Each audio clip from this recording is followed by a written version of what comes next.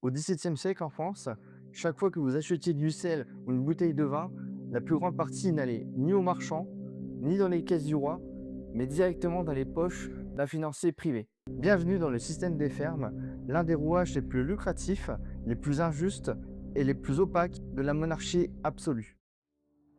Contrairement à la taille qui est un impôt direct et prélevé sur la personne ou sur les terres, les impôts indirects frappaient les produits et les échanges. Dès qu'une marchandise circule ou est vendue dans le royaume, l'État prélève sa part. C'est la TVA royale. Et en ce début de règne de Louis XIV, en 1661, l'impôt indirect principal est la gabelle, un impôt qui touche le sel. Au XVIIe siècle, le sel n'est pas un simple condiment, c'est le seul moyen de conserver la viande et le poisson. Tout le monde en a besoin. Mais regardez cette carte. La France fiscale est un puzzle désordonné. Selon la province où vous habitez, le prix du sel peut varier du simple au double. Prenez par exemple les pays rédimés, en rose sur la carte. Les habitants n'y payent pas d'impôt sur le sel. Ce sont les provinces qui versent elles-mêmes un impôt au roi pour permettre à leurs habitants de ne pas en payer. Au contraire, regardez les provinces autour de Paris. Ce sont ces provinces où le roi est le plus puissant historiquement. C'est ici que l'impôt est le plus fort. Il y a aussi les provinces rattachées à la France tardivement par les guerres. Dans celle-ci,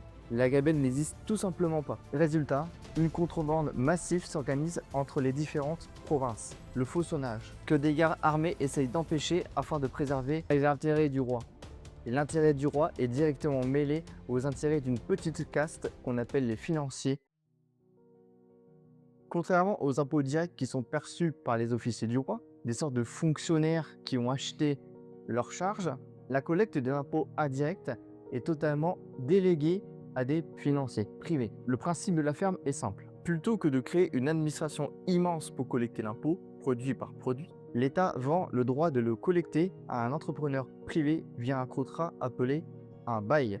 En 1661, la règle absolue est le bail à forfait. Le fermier s'engage à verser au roi une somme fixe définie à l'avance. S'il parvient à collecter plus que ce montant sur le terrain, il garde tout l'excédent en bénéfice net. S'il collecte moins, il subit la perte. Cela arrive peu souvent. Le fermier a donc un intérêt financier direct et personnel à presser le contribuable au maximum. Et là, vous vous demandez certainement, et pourquoi le roi ne gère-t-il pas la collecte lui-même? Après tout, pour les impôts directs comme la taille, dont on a parlé dans l'épisode précédent, eh bien dans ces impôts indirects, cette gestion directe par l'État existe aussi, c'est ce qu'on appelle la régie. Dans une régie, l'État fonctionne comme pour les impôts directs. Il nomme ses propres régisseurs, paye ses commis, gère la collecte et récupère 100% des recettes dans le trésor royal. Alors pourquoi ne pas avoir fait ça en 1661 pour tous les impôts? Parce que la monarchie n'a ni le personnel, ni les structures, ni l'argent liquide pour faire avancer les frais de milliers de bureaux de gabelle et de douane. Le roi préfère les facilités de la ferme. Il vend le droit de collecter à des banquiers privés qui lui avancent de l'argent tout de suite. La régie aurait rapporté plus au roi durant toute une année, mais le roi a besoin de cash tout de suite. C'est pourquoi il confie cette collecte à des financiers privés. Comment attribue-t-on un bail sous Louis XIV? Le processus est théoriquement public. Les conditions sont affichées et les enchères se déroulent en 3 séances. Par exemple, pour les gabelles de France en 1661, le prix de départ est fixé à 13 millions de livres par an. Cela représente un quart des revenus totaux de la monarchie de cette année. C'est énorme. Mais en plus de ça, le roi réclame une avance immédiate exigée de 3,6 millions au 1er janvier. Pour donner un ordre de grandeur, cela représente 8% des revenus de l'année, exigés du coup dès le 1er janvier avant même le début des collectes. Mais dans la réalité, aucun homme seul ne peut avancer de telles sommes. Les financiers se regroupent donc en associations secrètes, les consortiums informels. On définit les parts de chacun comme dans une société moderne. Aux enchères, ils n'apparaissent jamais en personne.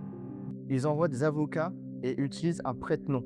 Cela leur permet de rendre le système plus opaque en cas de malversation dans les finances, comme ce qui a pu se passer sous la Régence. Une fois le bail obtenu, ce groupe sous-traite la perception à des sous-fermiers en province. Ils utilisent leur argent en faisant travailler les autres. La chaîne s'allonge et à chaque étape, quelqu'un prend sa commission. Je vais me baser sur un exemple de 1687. On a un fermier, Fauconnet, qui signe un contrat avec le roi. pour le versement de 8,5 millions de livres sur une année. Non seulement il perçoit cette somme, mais en plus, il va pousser plus loin. Il va collecter cette année 11,3 millions de livres, dégageant un bénéfice de 2,8 millions de livres, soit 33% sur une seule année. Certes, tout ne va pas dans sa poche, il a des intermédiaires à payer, mais cela prouve que sous le couvert de travailler pour le roi, les fameux intérêts du roi, il y avait un moyen de s'enrichir légalement. En 1661, au moment où le jeune Louis XIV prend le pouvoir à la mort du cardinal Mazarin, ces fermiers sont devenus de véritables puissances autonomes. Ils exercent plusieurs fonctions en même temps. Ils sont à la fois banquiers, et donc ils prêtent de l'argent au roi. Ils sont à la fois receveurs, ils récupèrent les impôts indirects comme la taille. Mais également, ils participent à des bails dans des impôts indirects. On les retrouve partout. Cela s'explique par la situation désastreuse qui s'est passée durant la régence de Louis XIV. Lorsqu'il était jeune, la France était à la fois en guerre à l'extérieur, mais à la fois en guerre à l'intérieur avec la Fronde. Et il fallait trouver de l'argent absolument par tous les moyens pour financer la guerre. Les financiers ont saisi cette occasion pour à la fois accumuler les richesses, mais également pour accumuler les titres. Et quand on sait que la monarchie est à cette époque-là encore assez faible, elle a très peu d'impact au niveau local. Certes, il y a bien un intendant nommé directement par Colbert. Il y a bien également des gouverneurs, mais les gouverneurs, ce sont des grands nobles qui ont un esprit indépendant vis-à-vis du roi.